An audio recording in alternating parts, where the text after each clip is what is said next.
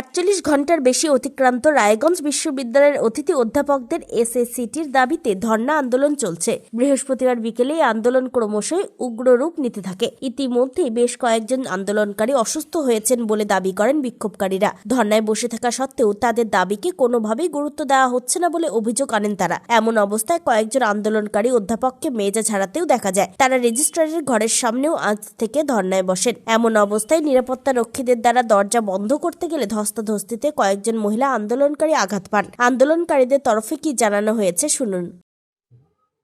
বলছি যে আজকে যে ঐক্যপা থেকে ডেপুটেশন দিতে গেল, তো সেখানটায় আপনাদের আপনাদের কোনো সদস্য গেছিলেন? না, আমাদের থেকে এই মুহূর্তে আমরা যেহেতু ধর্ণা মঞ্চের মধ্যে আছি, আর আমাদের মিসিলিনিয়াসে কি আছে আমাদের পার্টিকুলার আমরা আমাদের স্যাররা গিয়েছেন, যারা সিনিয়র প্রফেসর আছে তারা গিয়েছেন। তারা এখন বাইরে আসলে বোঝা যাবে কতটা কি সুরা হলো। কিন্তু 3 দিন কেটে যাওয়ার পর দিন রাত্রি বসে রয়েছে। আমাদের ছোট ছোট ছেলেমেয়েরা আছে, পরিবার আছে, বৃদ্ধ মা বাবা আছে। কিন্তু এর মধ্যেও এই শীতের মধ্যে কালকে খুব কষ্ট পেয়েছে অনেকে, অনেকের জ্বর আসছে। ঠিক আছে, সেই সময় এই কোনো রকম আধিকারিকদের কোনো ভ্রুক্ষেপ নেই। তারা ওই উদাসীনতা মনোভাব এখনো দেখিয়ে যাচ্ছে। কিন্তু আসলে কিন্তু প্রকৃতপক্ষে যদি পুঙ্খানুপুঙ্খ তদন্ত করা যায় তাহলে দেখা যাবে যে আধিকারিকদের চরমতম ভুল সমস্ত কিছু দিক থেকে আছে, নেগলিজেন্সি একটা রয়েছে। কিন্তু 3 দিনের মধ্যে তারা কোনো আমাদের সাথে দেখা করতে আসেনি এবং তারা কোনো সদুত্তর আমরা পাইনি। যদি এরকম চলতে থাকে আমরা এই অবস্থান বিক্ষোভের সাথে সাথে আমাদের আন্দোলনকে কিন্তু আরো বৃহৎ থেকে বৃহত্তর করে তুলবো। এবং এর যদি কিছু আমাদের কোনো কলিগের যদি কোনো কেউ অসুস্থ হয়ে পড়ে, কারণ অনেকেরই শারীরিক অবস্থা খুব খারাপ, কারণ 3 দিন ধরে গত রাত জাগা এই শীতের রাস্তার মধ্যে বুঝতেই পারছেন মেঝে থেকে ঠান্ডা উঠছে। যদি কারোর কোনো অসুস্থ হয় বা কারোর কোনো যদি মানে জীবনের কোনো ক্ষতি হয়, সম্পূর্ণ রেসপন্সিবিলিটি দায়ভার আমাদের আধিকারিকদের এবং বিশ্ববিদ্যালয় কর্তৃপক্ষকে নিতে হবে। কোনোভাবেই তারা যেন অস্বীকার করতে না পারে। এবং এর আমরা কি করা যায় আমরা আরো চিন্তা ভাবনা করছি। আমরা কোনোভাবেই এই বৈষম্যমূলক আচরণ কিন্তু মেনে নেব না। অনেক হলো, দীর্ঘ 3 বছর 4 বছর চলছে, 3 দিন ধরে কোনো আধিকারিক আমাদের সাথে কোনো দেখা করেনি এবং সদুত্তর আমরা পাইনি। আমরা আমাদের ন্যায্য দাবিটুকু শুধু পেতে চেয়েছি, এর বাইরে কোনো কিছুই নয়। আমাদের কোনো অনৈতিক দাবি নেই। আমাদের কাছে প্রপার এভিডেন্স এবং ডকুমেন্টস রয়েছে। কে কি বলছে আমরা শুনতে পাচ্ছি যে আমাদের দাবি অনৈতিক। আমার কাছে ডকুমেন্টস আছে আমাদের কাছে যে আমাদের দাবি জেনুইন, ভ্যালিড এবং আমাদের মিনিংফুল দাবি, কোনো মিনিংলেস কোনো দাবি নেই। এবং সেটা 3 বছর আগে সেটা তারা জানে।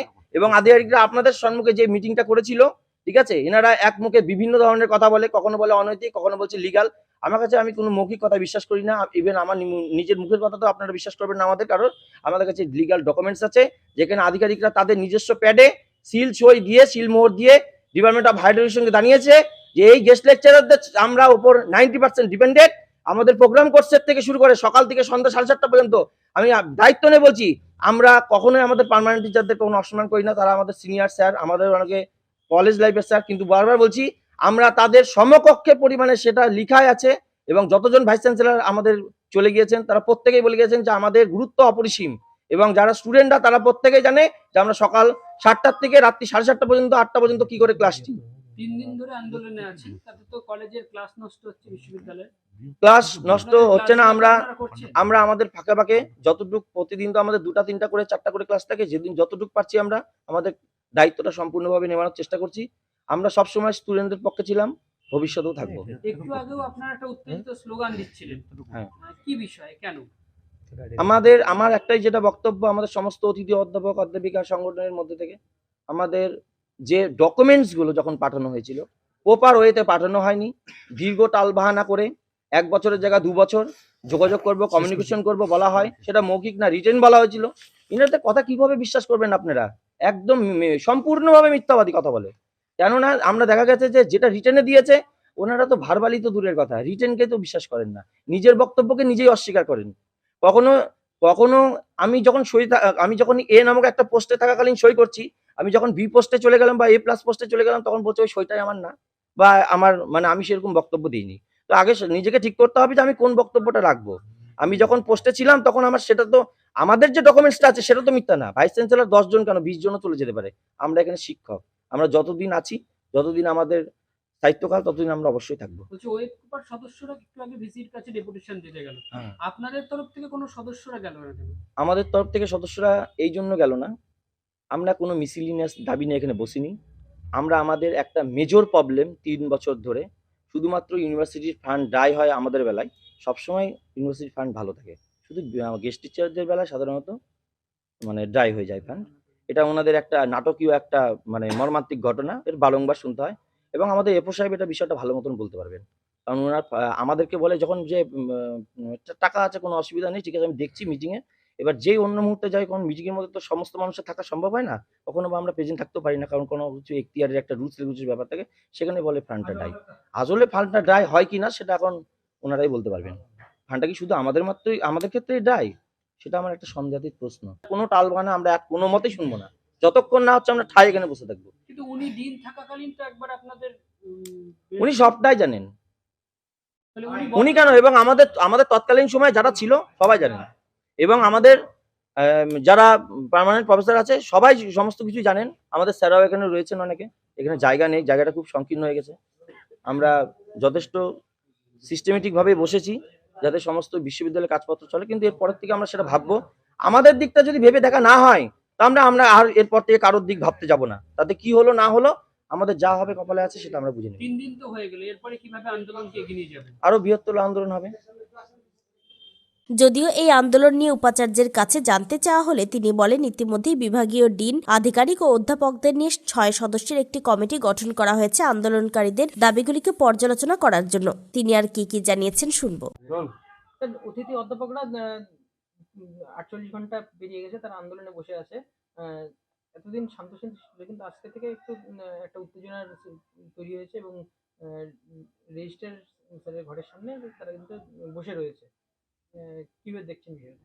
আসলে তারা যেভাবে বসেছে, যে দাবিগুলো নিয়ে এসছে, সেই দাবিগুলো নিয়ে ইতিপূর্বেই আলোচনা হয়েছে এবং আবারও তাদেরকে গতকাল ডেকে কথা বলেছি এবং আজকে আমি একটা ওদের বিষয়গুলো সুরাহা করবার জন্যে 6 জন টিচার এবং আধিকারিকদের মিলে এবং 2 ডিন মিলে একটা কমিটি করেছি এবং সেই কমিটিকে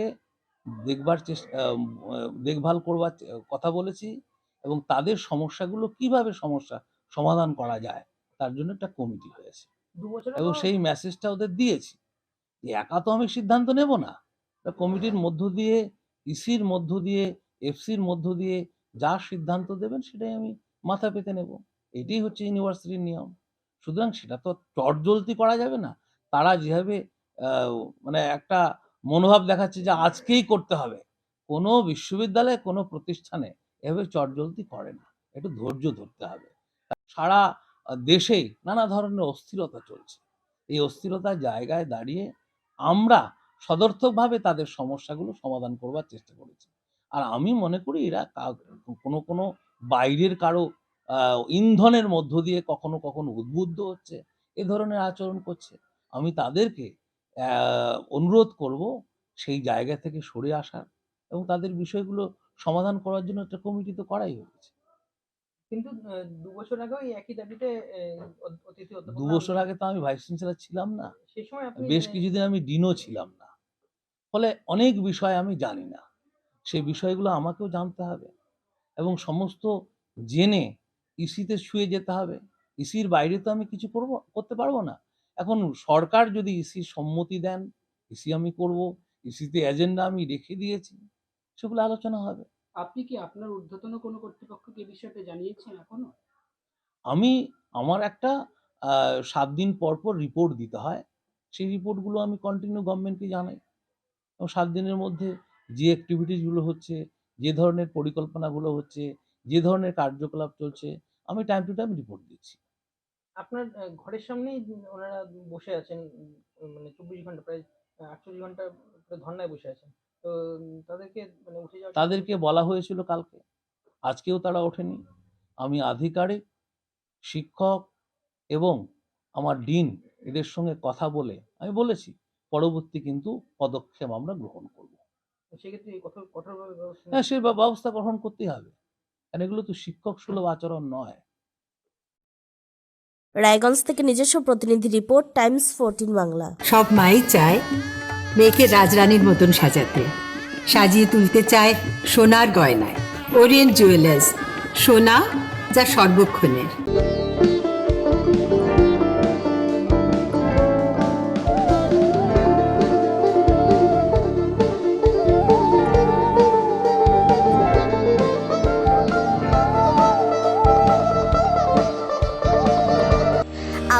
চাকরি পরীক্ষার্থী, চাকরি পরীক্ষার বই খুঁজছেন?